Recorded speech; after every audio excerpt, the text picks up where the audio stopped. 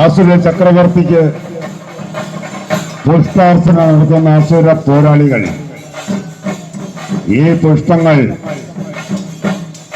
ദേവി ഭക്തർ ദേവിക്കായി ഒരുക്കി വെച്ചിരുന്ന പുഷ്പങ്ങളാണ്. ദേവിയുടെ ഭൂതകളുടെ കയ്യിൽ നിന്നും പുഷ്പങ്ങൾ ശേഖരിച്ചിരുന്ന പൂത്താലിക പിടിച്ചു വാങ്ങി ദാരികന് പൂജ ചെയ്യുമ്പോൾ ദേവി കോപം സഹിക്കവയ്യാതെ തന്റെ ഉടവാൾ കൊണ്ട് ദാരികന്റെ മന്ത്രവാളിനെ പ്രതിരോധിക്കുന്നു. തന്റെ സമീപത്തു നിന്നും മാറിപ്പോകുവാൻ ദേവിയുടെ ഉപാസകന്മാരെയും പടയാളികളെയും ദാരികൻ ആജ്ഞാപിച്ച് വീണ്ടും മുന്നോട്ട് ദാരികനും പടയാളികളും കുതിച്ചു പായുമ്പോൾ തന്റെ ശരീരബലവും ആയുധബലവും ദാരികൻ ദേവിയുടെ ഭക്തരുടെ മുമ്പിൽ പ്രദർശിപ്പിച്ച് 14 ലോകത്തിന്റെ മതിവനായ തന്നോട് യുദ്ധം ചെയ്യുവാൻ കേവലം ഒരു നാരിയായ ഈ ദേവതയ്ക്ക് എങ്ങനെ ധൈര്യമുണ്ടായി എന്ന് ചിന്തിച്ച് ദാരികൻ തന്റെ മന്ത്രവാൾ കൊണ്ട് പ്രതിരോധിക്കുന്നു. ദാരികന്റെ ജ്യേഷ്ഠനായ ദാനവൻ തന്റെ അനുജൻ അഹംബടി സേവിച്ച് ദേവിക്ക് സമർപ്പിച്ച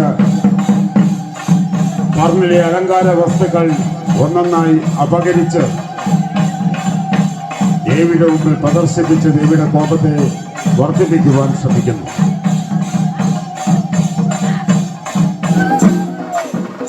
പതിനായിരം മതിച്ച ആനയുടെ ബലമുണ്ടെന്ന് ഈ നേരത്തെ മനസ്സിലാക്കിയതല്ലേ ഭദ്രേ? എന്നിട്ട് വീണ്ടും മുഷ്ടിയുദ്ധത്തിൽ എന്നോട് വരുവാൻ എനിക്ക് എങ്ങനെ ധൈര്യമുണ്ടായി? ഇടയ്ക്കിടെ പ്രത്യക്ഷപ്പെട്ടും തനിക്ക് പകരം തന്റെ രൂപത്തിലും ഭാവത്തിലുമുള്ള ഭടന്മാരെ ദേവിയുടെ മുന്നിൽ പറഞ്ഞയച്ചും ഒളിഞ്ഞും തെളിഞ്ഞും നേരിട്ട് പരോക്ഷമായും നൃത്തം വെച്ചും യുദ്ധം ചെയ്യുന്ന ആസുര ചക്രവർത്തിയാണ് ദാരികൻ.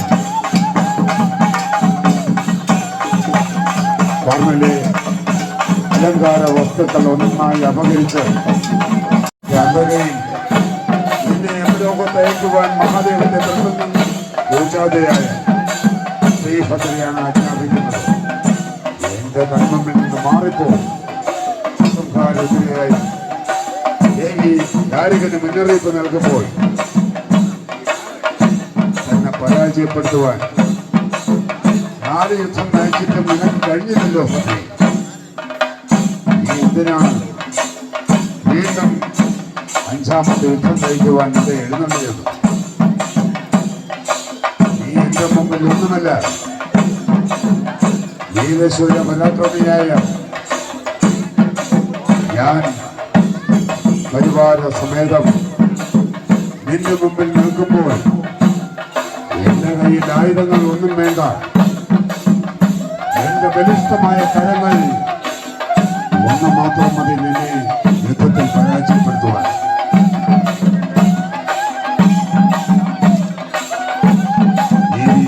ദാരികൻ വെല്ലുവിളിച്ചപ്പോ മണിപുത്രൻ കരസ്ഥമാക്കിയ ദുർഗാദേവി ദാരികാപുരിയിൽ എഴുന്നള്ളി മണിമുഴക്കി തിരിച്ചു വരുന്നത് കാത്ത്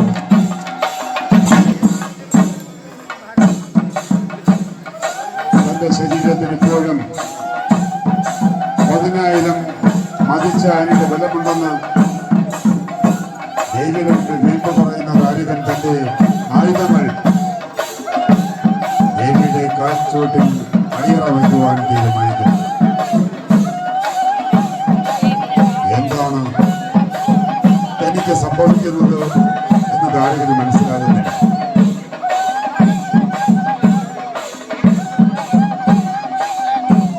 വേദാലയുടെ കണ്ടത്തിൽ അമർന്നിരുന്ന് ദേവി തന്റെ ദിവ്യരൂപം ആസുരന്മാരുടെ കൈകളിൽ നിന്നും ഭൂമിയിൽ പതിച്ച ആയുധങ്ങൾ തിരികെയെടുത്ത് അസുരന്മാരുടെ നേർക്ക് വലിച്ചെറിഞ്ഞ്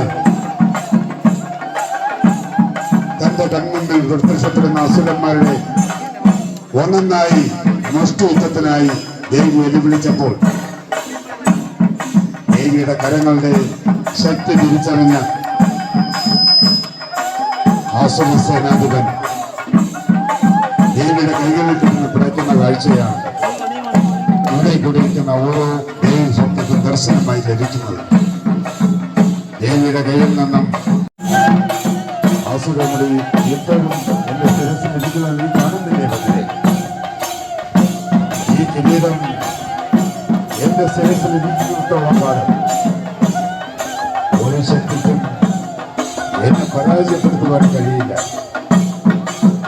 തന്റെ മുമ്പിൽ പ്രത്യക്ഷപ്പെട്ടവർ ഇടയ്ക്കിടെ അപ്രത്യക്ഷനായും ജീവൻ രക്ഷിക്കുവാൻ ശ്രമിക്കുന്ന സേനാനായകന്മാരും ആസുര പോരാളികൾ തനിക്ക് പകരം തന്റെ രൂപത്തിലും ഭാവത്തിലും ഇപ്പോഴും അഹങ്കാരത്തിന് ഒട്ടും കുറവില്ല.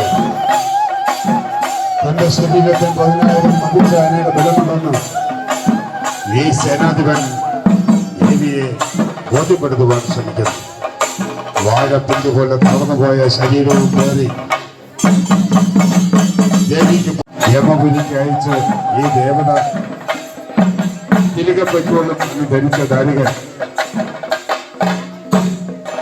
തന്റെ രൂപത്തിലുള്ള പടയാളികളെ ദേവി മുമ്പിൽ വലിച്ചെറിഞ്ഞ് ജീവൻ രക്ഷിക്കുവാൻ ശ്രമിക്കുന്നു. വേദാളിയുടെ കണ്ണത്തെല്ലാം മുന്നിരുന്ന് ആസുര പടയാളികളുടെ ശിരസ് ചേരിച്ചെടുത്ത് മാലയായി കോർത്ത് കഴുത്തിൽ ചാർത്തി അസുരന്മാരുടെ കൈകൾ ചേരിച്ചെടുത്ത് ഉടയാളിയായി അരയിലും ചാർത്തി ദേവി അസുര ശരീരം വേദാളികളുടെ വദന ഭാഗത്തേക്ക് എറിഞ്ഞു കൊടുക്കുന്നു. തന്റെ ബോധ്യം വരുമ്പോൾ സദാകുടം എണീറ്റ് വീണ്ടും തന്റെ ശരീരത്തിന് 10,000 മതിച്ച ആനയുടെ ബലമുണ്ടെന്ന് ദേവിയുടെ ഭക്തരുടെ മുമ്പിൽ ബോധ്യപ്പെടുത്തി മുഖം വയ്ക്കുന്ന അസുര സേനാധിപൻ